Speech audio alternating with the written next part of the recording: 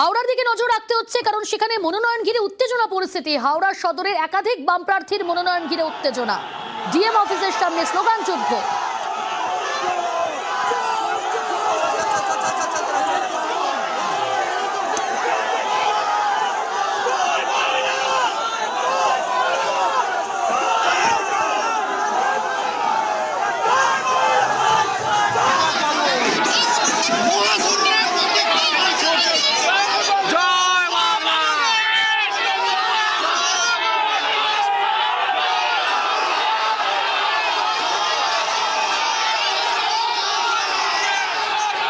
যে ছবি আপনারা দেখছেন হাওড়া সদরে, সেখানে মনোনয়ন ঘিরে উত্তেজনা পরিস্থিতি।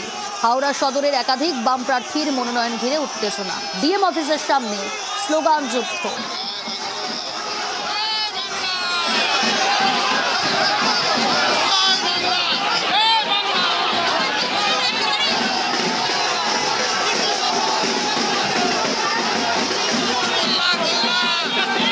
বাম তৃণমূল ঝামেলা, স্লোগান পাল্টা স্লোগান। পুলিশের হস্তক্ষেপে যদিও পরিস্থিতির নিয়ন্ত্রণে, তবে যে পরিস্থিতি তৈরি হয়েছিল মনোনয়ন ঘিরে হাওড়া সদরে উত্তেজনা। ডিএম অফিসের সামনে স্লোগান যুদ্ধ। যে ছবি আপনারা দেখছেন ডিএম অফিসের সামনে, সেখানে তৃণমূল বামেদের ঝামেলা।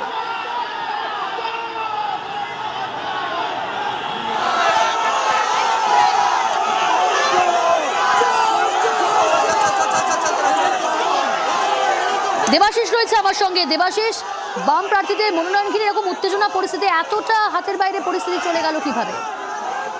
দেখো, বাম প্রার্থীরা যখন সেখানে নমিনেশন দিতে আসে ঠিক কিছুক্ষণ আগে কিন্তু এসেছিল তৃণমূলের একাধিক প্রার্থী, যেখানে